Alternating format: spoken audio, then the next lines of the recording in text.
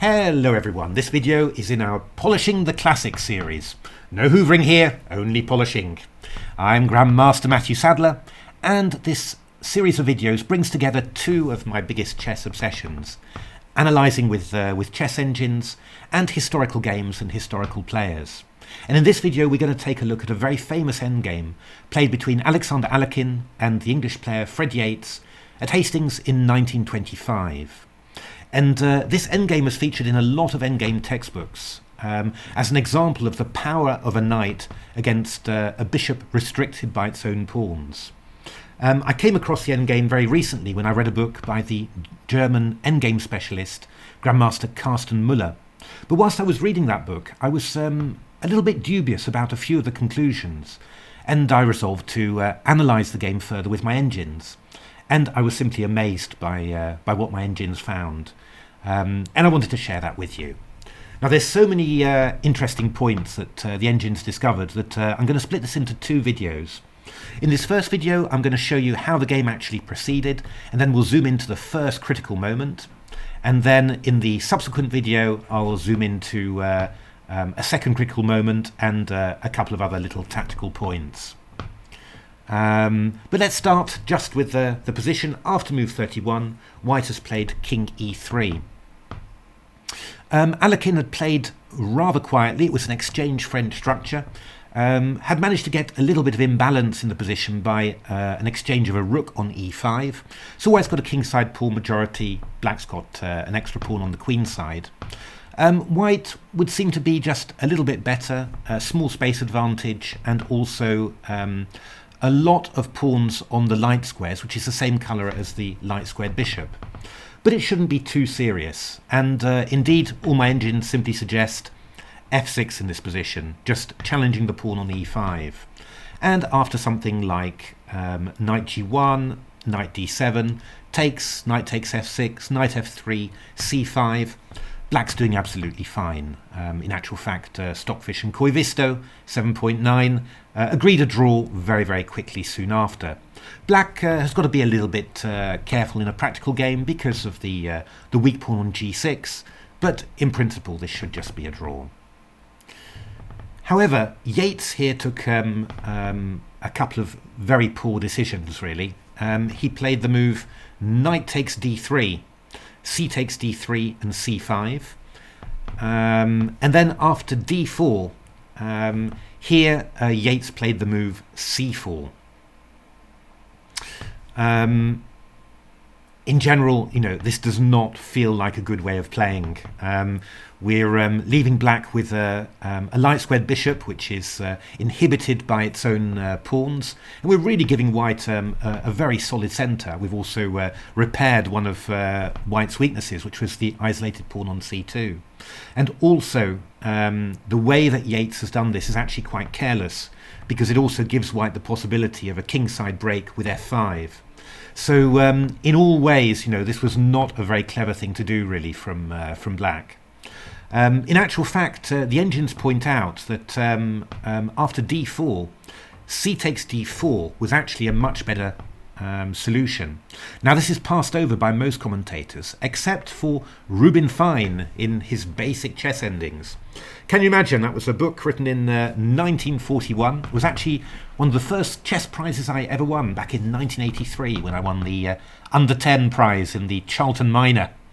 But he actually thought that this was a bad line for Black because of the variation king d4, king e6, knight to c3, attacking the pawn on d5, bishop c6, and now king to c5. And indeed, Fine's line was pretty convincing. After bishop b7, we go knight b5, hitting the pawn on a7, and if a6, then knight d4 check. The king's completely paralysed by the white knight, and the king's coming into b6. It's complete domination. However, when you're playing through the variation, not too difficult to find a better move for Black. Basically, the only move that that could ever work for Black, and that's d4, just opening up the line of the bishop. And after king d4, king f5, the question is, is this all right for Black? I mean, Black's going to come in with king g4 to h3, attack the pawn on h2. Is this fine or is this not? Well, the engines think that it's fine, so I guess it must be. They didn't actually, they were all looking in actual fact to bring the king back in order to hold the kingside pawns.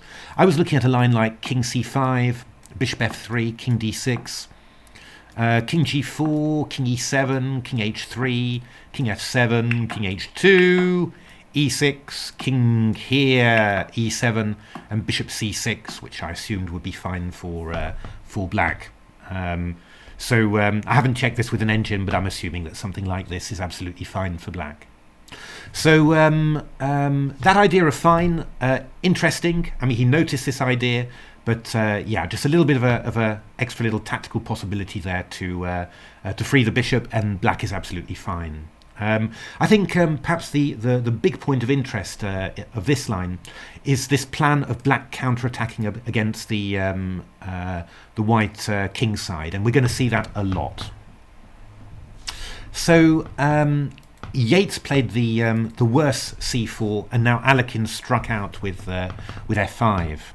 Now, a very crucial moment here, which I'll come back to later. In the game, Yates played g5, trying to keep his kingside structure together. And then Alekhine played h4. Again, another critical moment here, but we'll look at that in the second video. f6. And now Alekhine played this idea, takes, and knight g1. Actually, a very nice idea. The point being, the knight's coming round to f3 or to h3. It's going to force this pawn on g5 to move forwards. And then, well, the dark squares will be open either to the king or the knight. And bishop d7 was played, f6 check, king e8, knight f3, g4, knight h4. So now these two black kingside pawns are completely restricted. Bishop e6, knight g6, knight f4, king d7, king e2. And, well, actually the bishop's in great trouble here. It's got to defend d5, h5, and also stop e5 to e6. And actually black just runs out of moves. So a5 was played, king e3, bishop g8, knight takes h5, and Alekhine won soon after. You know, a very yeah, powerful game from Alekhine. So how could black improve on that? Well, obviously, you know, c takes d4 would have improved earlier, as we saw. But how about after the move c4 and then f5? Now, it's very interesting. I mean, this game has been analysed by some very strong analysts like Kotov, Russian Grandmaster, Shereshevsky, a very strong endgame player who's written a couple of classic endgame books. And they both said g takes f5, knight f4, hopeless for black. Which I can understand, right? I mean, the knight's forking the pawns on d5 and h5. You're actually going to win this pawn on h5, and you're going to get a passed h pawn. What could possibly be, you know, be wrong with that? But in actual fact, back in 1941, Reuben Fine had analysed this, and he'd actually penetrated incredibly deeply into the position. His analysis is really impressive. And he recommended the move g takes f5.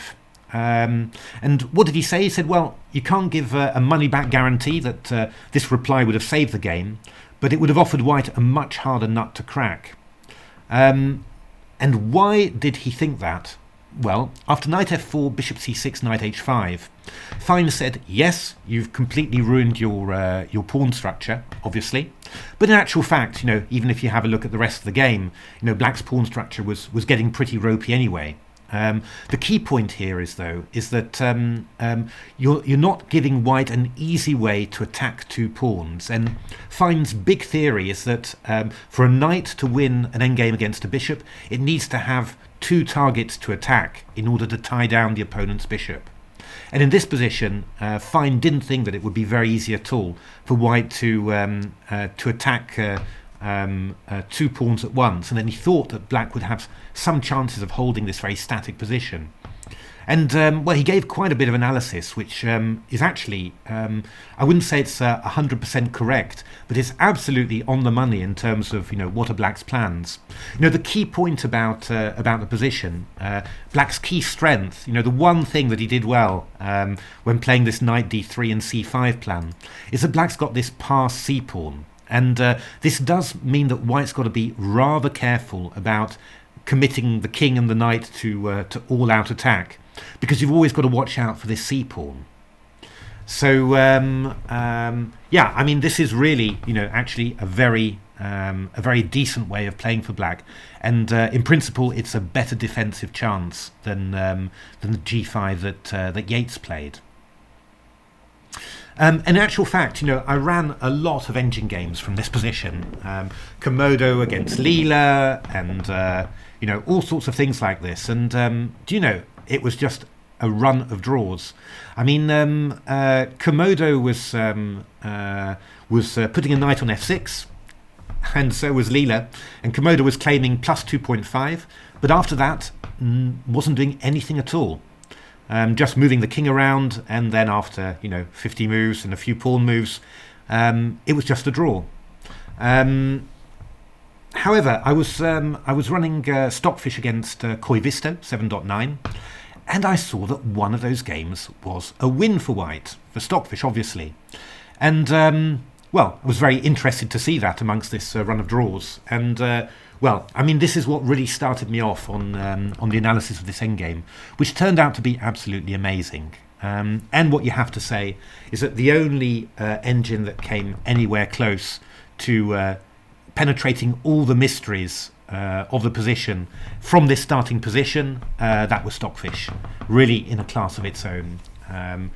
Komodo wasn't bad, but it needed quite a bit of extra run-up, and Leela, Koivisto, Berserk, none of them really got any grip whatsoever on the ending.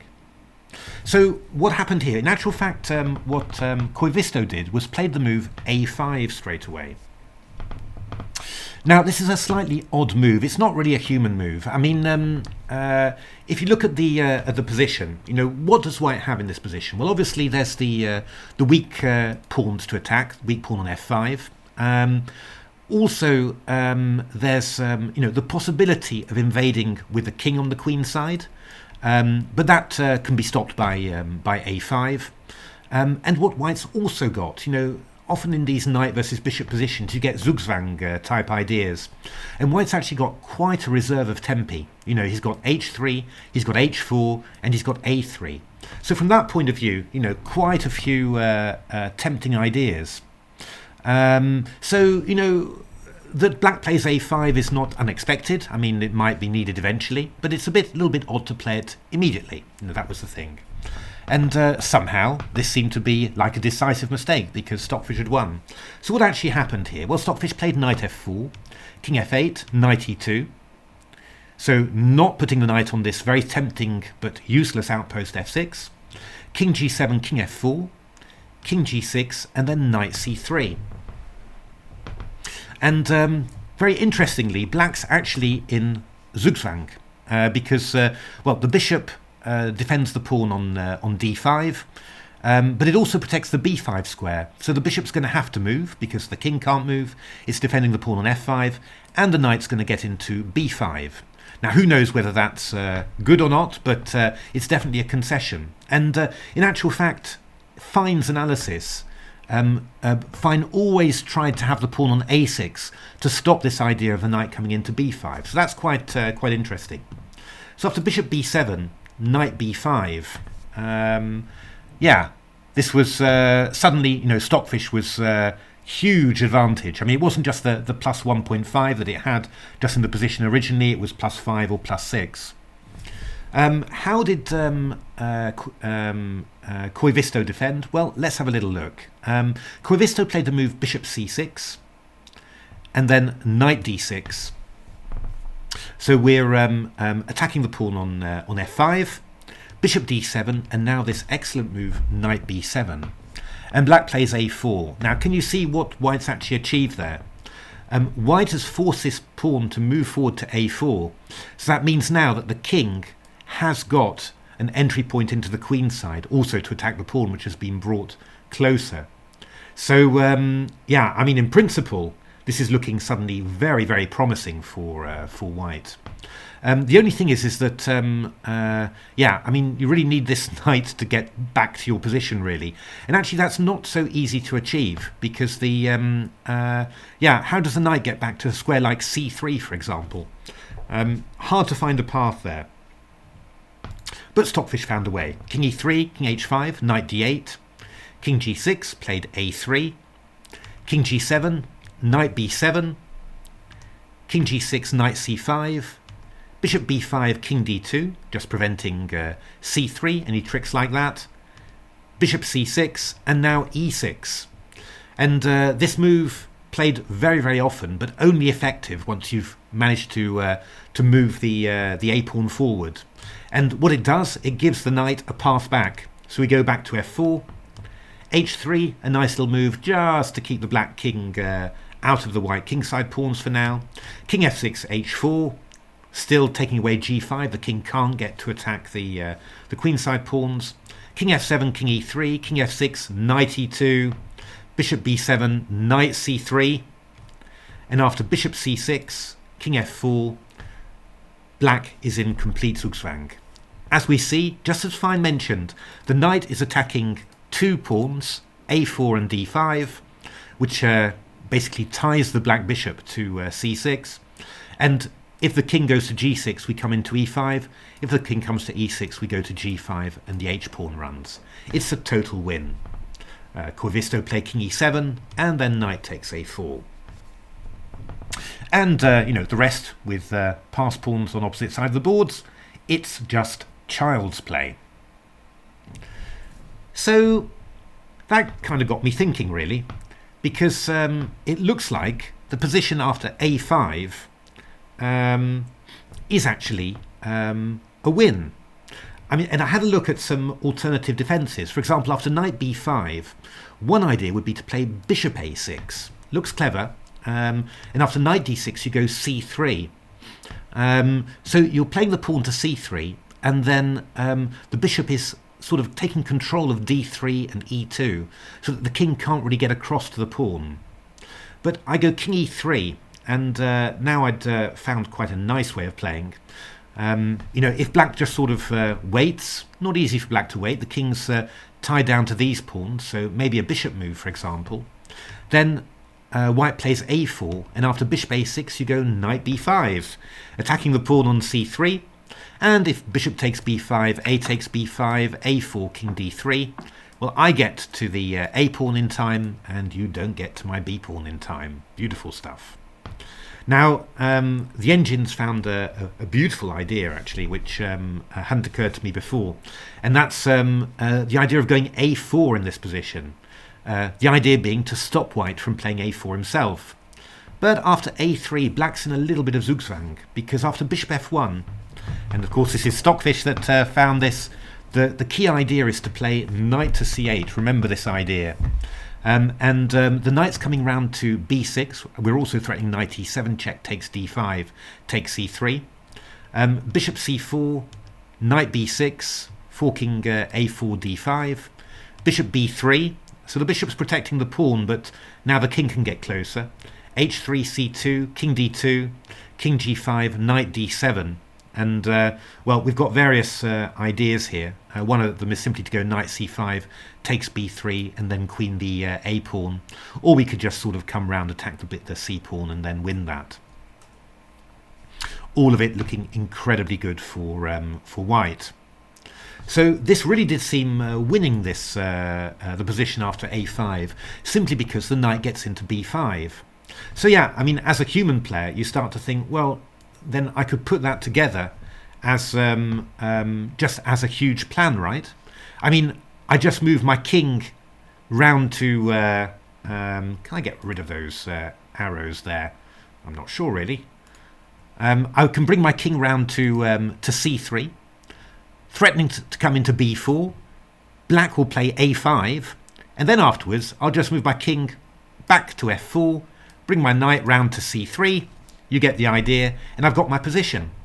So all I need to do in this position then is take the pawn on h5, bring my king round to c3, threaten to come into b4. Black plays a5, And then I put my king round to f4, and I put my knight round to c3. And I'm just going to have a win. Easy. Easy indeed. But, well, I mean, once you've found that plan, bring the king to c3, force a5, then bring the king back to f4 and put the knight to c3. You start thinking, of course, as a human player, how can I try and prevent this with black?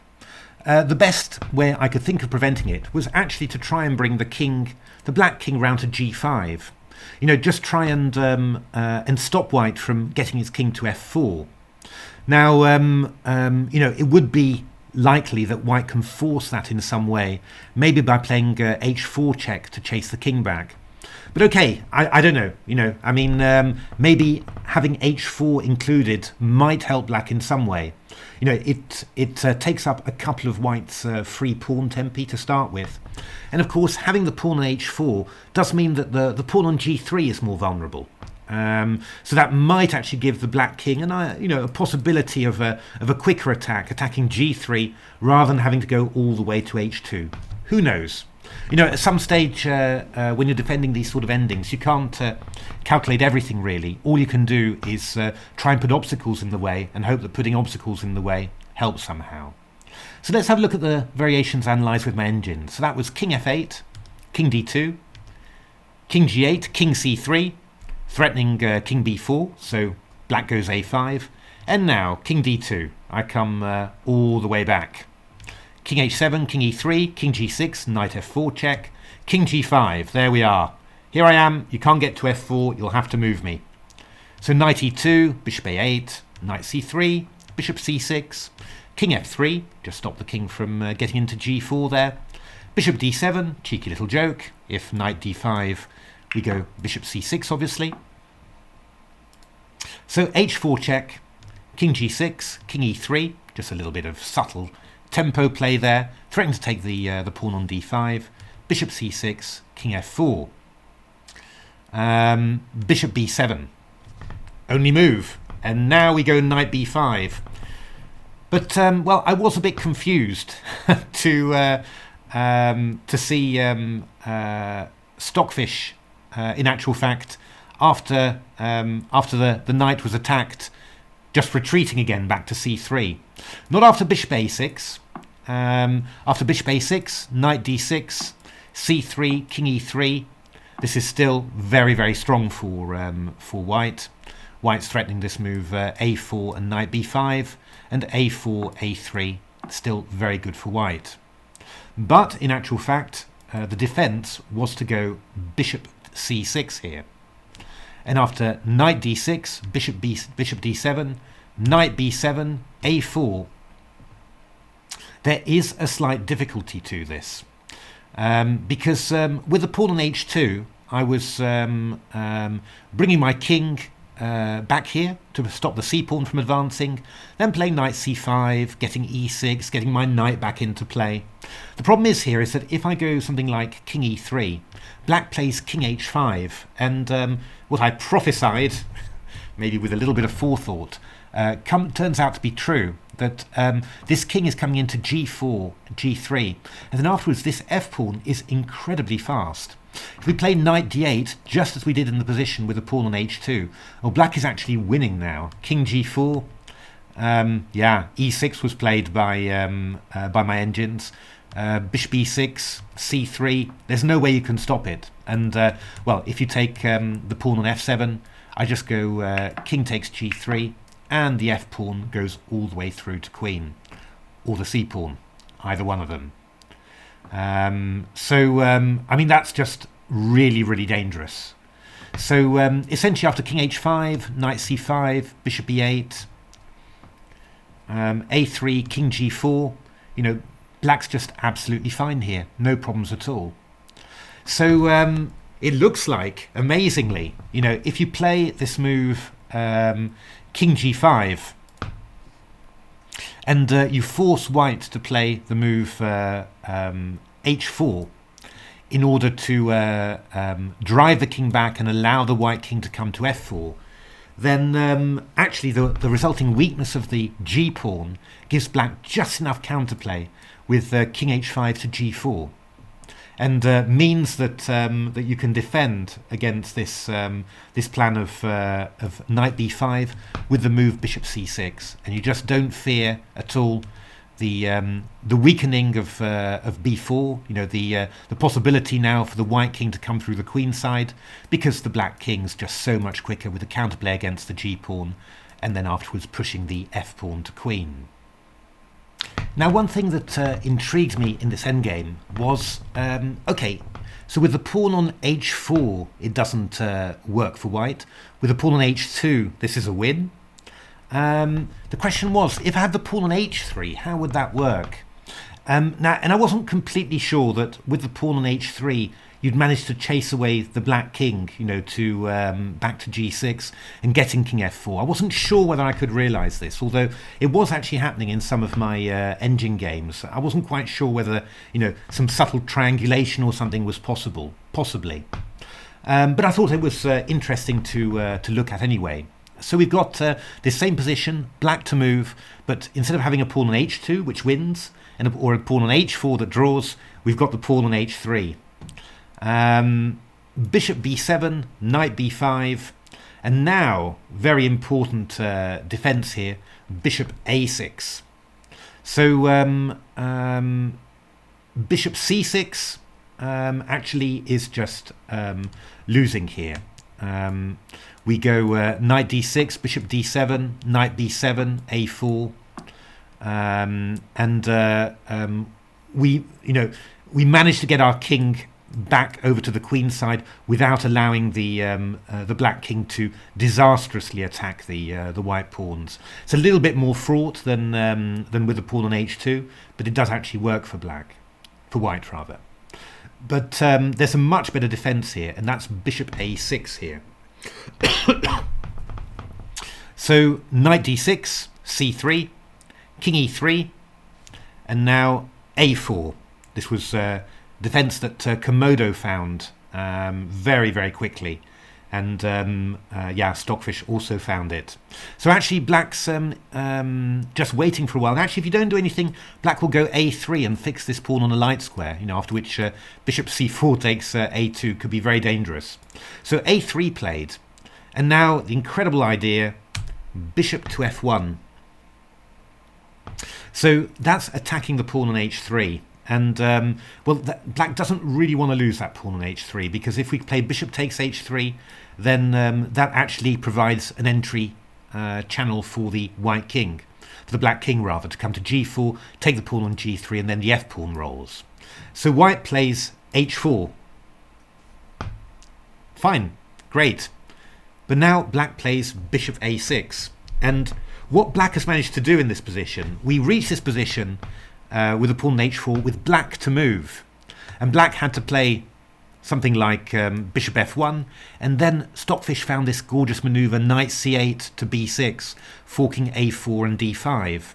However, having played h3, we've given black a tempo, the possibility to waste a tempo by attacking the pawn on h3. The pawn moves to h4, and then we go back to a6, and this is actually just a sort of mutual zugzwang, because the white king can't move anywhere, otherwise the c-pawn queens.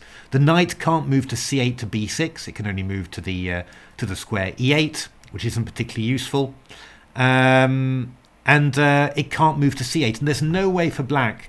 White doesn't have any more tempi moves left to force black to abandon control of the c8 square. So, I mean, what we were seeing in practice was that knight e8 was coming in, and then the knight was coming round to f6. The black bishop goes to c4 to defend d5. And, yeah, and we were basically ending up with a sort of a standoff.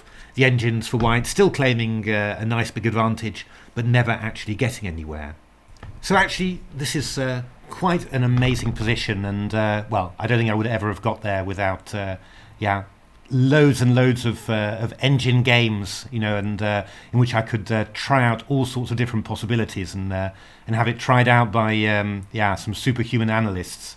But it's clear that you know, white's most dangerous plan in this position is to first play the king to c3, force the pawn to a5, then bring the king to f4, knight to c3, and then try and invade with a knight. Wait black out, force black to abandon control of this square, and then invade with a knight. And black's best defensive plan is to try and delay white's occupation of f4 with the king for as long as possible by keeping the king on the g5 square.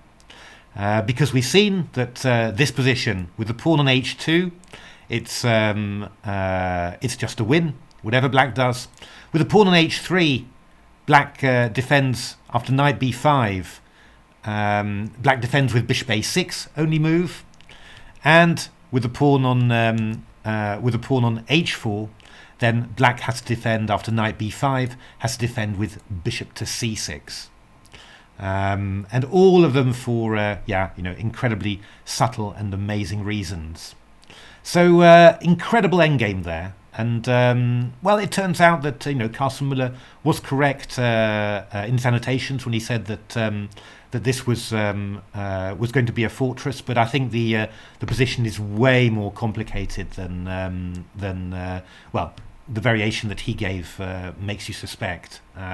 Really some amazing stuff. And again, I think this is a big testament to the power of playing engine games from various positions and not just analysis. Because, at move 36, the engines are giving plus 1.5, but not really getting anywhere in particular. Whereas, run engine matches, let the engines look deeper and deeper as they get closer to critical positions, and they find quite amazing resources. And obviously Stockfish in this case was incredible, and Komodo also found some very, very good defensive resources. Okay, that was the first critical moment, g takes f5. Which again justifies Fine's judgment, pre-computer age, 80 years ago in 1940. Now let's have a look at the second crucial moment in this game, and we'll do that in the next video.